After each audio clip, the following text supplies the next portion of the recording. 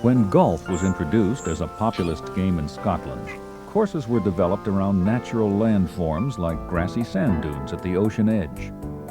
Man-made structures, ditches, and stone walls were common obstacles in early courses. Golf courses were low maintenance and environmentally friendly.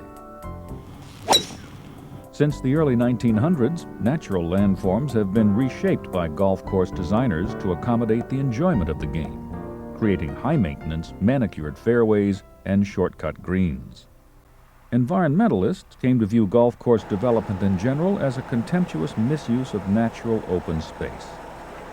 Golf course watering drew down fresh water supplies, posing a threat to groundwater resources. Many fertilizers and pesticides intended to keep putting greens free of insects, disease, and fungus were identified as pollutants that were poisoning wildlife or leaching into freshwater aquifers. Gas mowers and golf carts contributed to the pollution associated with the burning of fossil fuels. Many environmentalists teed off on the game that, by virtue of its origins, had seemingly abandoned its natural roots and become a real and present danger to the environment.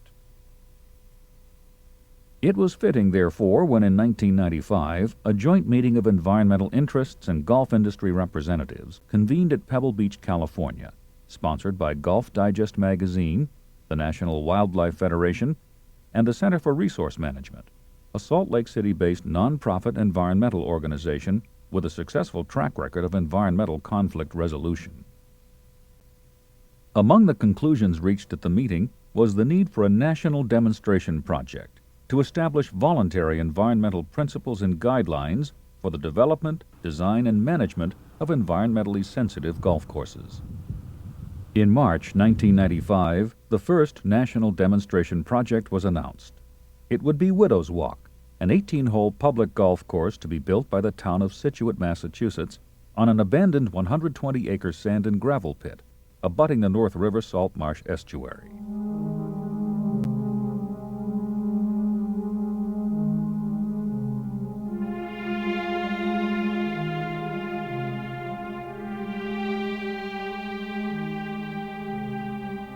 For many years, the Widow's Walk property had been operated as a sand and gravel mine, providing materials required by the unprecedented growth of Boston 25 miles to the north in the 1950s and early 60s. Abandoned for many years, the 120-acre site was biologically impoverished and a community eyesore. Illegal dumping at the site, destructive dirt bike activity, and its proximity to the town landfill had severely impacted the natural habitat. Still, the site had enormous wildlife potential.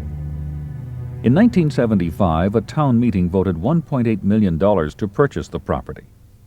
A succession of private developers proposed varied uses of the property over the years, including golf courses, but none came to fruition. Any town-directed development would have to be financially self-sustaining, create value for the town, and provide public recreational value. Town residents approved a $4.7 million bond in 1994 to build and operate a town-owned golf course on the property. Michael Herdzan of Columbus, Ohio, a golf course architect with a doctorate in plant physiology and considered a pioneer of environmentally sound golf course design, was selected to present conceptual designs. The gravel pit contours and the irregular and severe elevation changes that are characteristic of the site posed both a challenge and opportunity to the Herdzan Fry organization. Mike Herdzan and course architect Bill Kerman visited the site often to survey the land and establish guidelines for development. What do we need to know? Obviously, we'd like to try to establish a baseline. The baseline should be a point where we can measure departures from the baseline. What do we want to measure? It seems to me that every course ought to be making this sort of self-examination.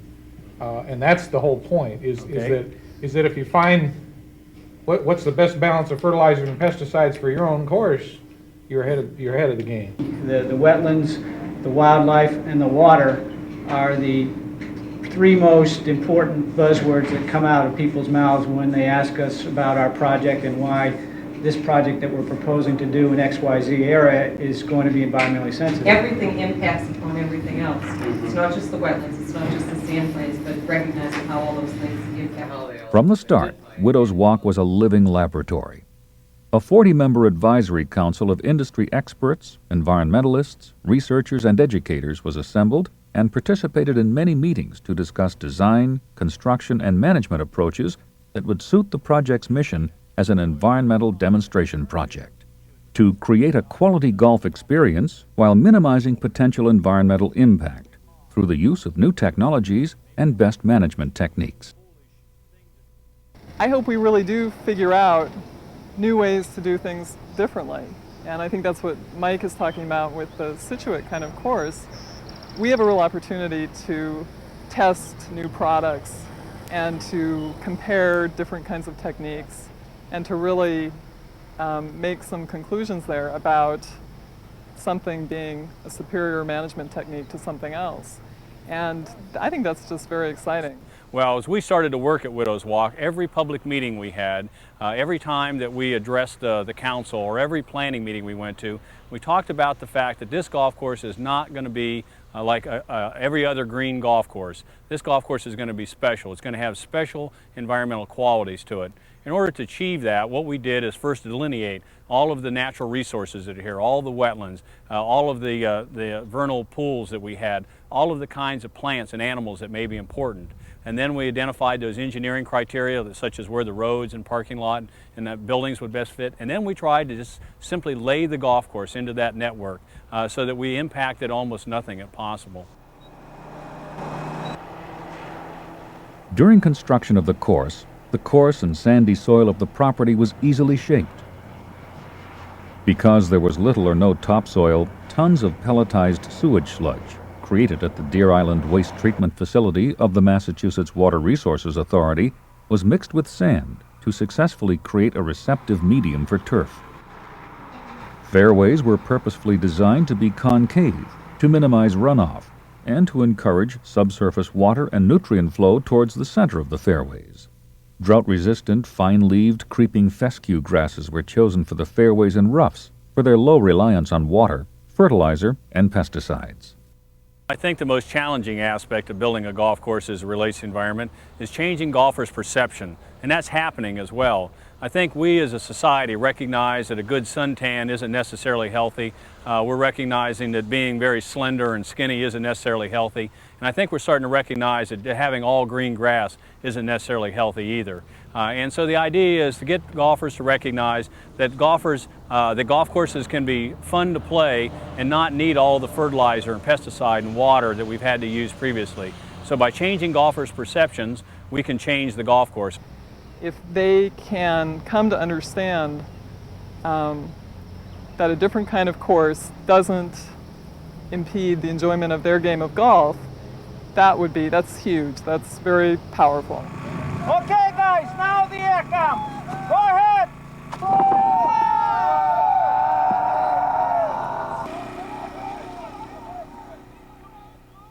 Existing wetlands and a new pond were incorporated into the course design to encourage species diversity and wildlife habitat development. Erosion control measures around the ponds were designed to complement and blend with natural surroundings.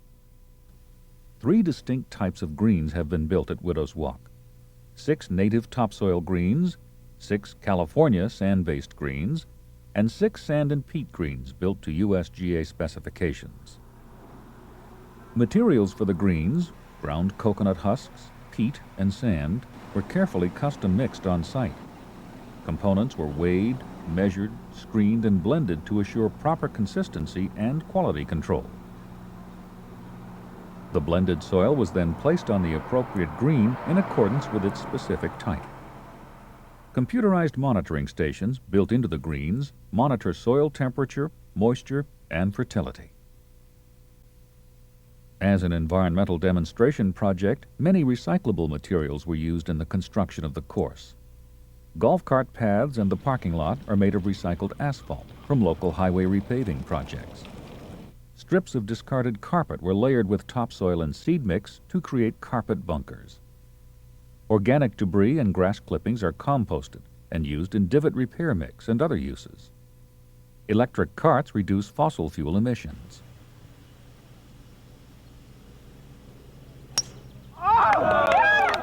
Since the course was opened on July 3, 1997, the goal to limit water, fertilizer, and pesticide use to 50% of typical courses in the Northeast has been realized. Reaching this milestone can be attributed to the efforts of Jeff Carlson, Widows Walk Golf Course Superintendent. Carlson was presented in 1997 with the prestigious Environmental Steward Award by the Golf Course Superintendents Association of America, citing his creative management and dedication to the mission of the demonstration project. I think, yeah, there's a lot of skepticism. There certainly is still some skepticism, and it goes on two levels. You've got the scientific community, and they look at it and say, okay, this isn't pure science. You don't have an absolute control over here, and you have all these different kinds of greens, but how can we tell what's what? And so they say, well, it's not perfect science. Well, so what? It's not perfect science. It's living, it's out here, and it's in the environment. You know, laboratory greens don't work because they're all flat plots in the middle of nowhere, nobody walks on them. So that from a scientific standpoint, it's a good experiment. It's not exact science, but it gives you a tremendous amount of information. I've said it to a lot of people. I don't know how we could have done this without Jeff. He was here during the construction. He was here 7 days a week, dawn to dusk with the contractors. He's out there with them.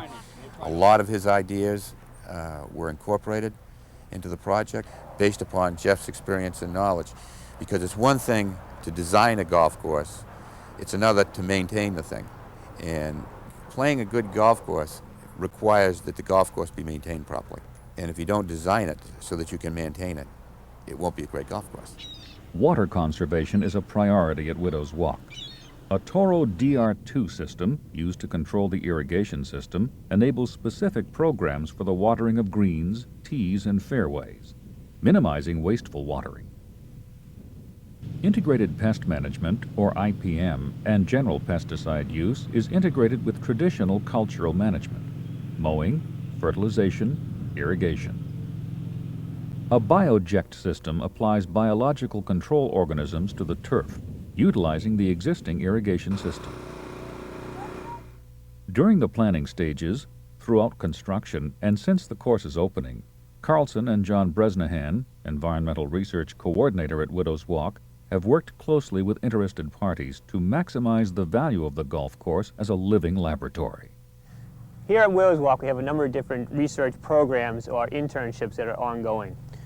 First, we have this year we have the spikeless research with the University of Rhode Island.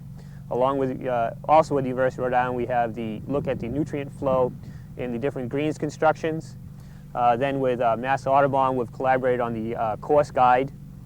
We've also going to have interns from Mass Audubon look at the different fragile plant communities here, such as the coastal sandplain grassland and the coastal beach heather. We're going to look at, with UMass interns, the biological diversity of 3 or 4 of the different wetlands here on the course. And then also, we're going to look at the bioject, or the bioject system, for the biological control of dollar spot on turf grass. Some avian wildlife is not welcome at Widows Walk. Canada geese have long been the bane of a golf course superintendent's existence. I looked at a number of different things. Some towns, some people think just go out and shoot the geese. Well, from an environmental standpoint, we didn't think it would look too good that we go out and shoot the geese. So really the best idea we could come up with was the dog. And Lily is trained. She was trained down in Virginia. Most of these dogs that are trained are show dogs. They're all border collies, and so by instinct they're trained to herd. She doesn't hurt the geese. That's not her intent. Her instinct is to herd the geese. She's easy to be with, and she's lots of fun, and she almost on command can go out and chase the geese. She's become a real camera hog. Whenever there's a photographer around, she jumps right in the water and starts chasing the geese around. So she's been a lot of fun to have. Good dog. Widows Walk has established itself as one of America's top environmentally sound golf course developments and is counted among the 10 best new public golf courses in 1998 by Golf Digest. It is clearly an asset to the town of Scituate and a model land reclamation project. As a golfing experience, Widows Walk is a challenging course, with holes laid out to fit among the site's natural resources. Widow's Walk's success as an environmental demonstration project is reflected in the awarding of Golf Digest's Environmental Leadership Award. Sound golf course design, sensitive management, and the willingness to protect habitat and create wildlife opportunity makes Widow's Walk more than just a golf course. As an environmental scientist, I've had an actual hand in helping to improve the habitat of an area, to encourage biological diversity, and to help enhance the habitat so that bird species can come in. We're doing real work here at Widow's Walk to improve the wildlife and the environmental sensitivity of golf course management. That's one thing I'd like to see, is that if we can transfer some of what we're learning on these cutting-edge progressive projects and really make that accessible and affordable and understandable by some of these existing courses, and give them some tools to correct or improve some of the things that they're doing, that would be huge. In the 1950s, when the golf boom really began after the Second World War, the most important thing was just to produce a golf course, a place to play. And then as technology came along with all the wonderful chemicals and all the wonderful processes we had, we started to apply those to golf courses, and we made them picture perfect, maybe too perfect, almost too plastic. What we're seeing here at Widow's Walk is a return to the basics, return to the natural. So this golf course, I believe, represents the future of what golf is to be in America.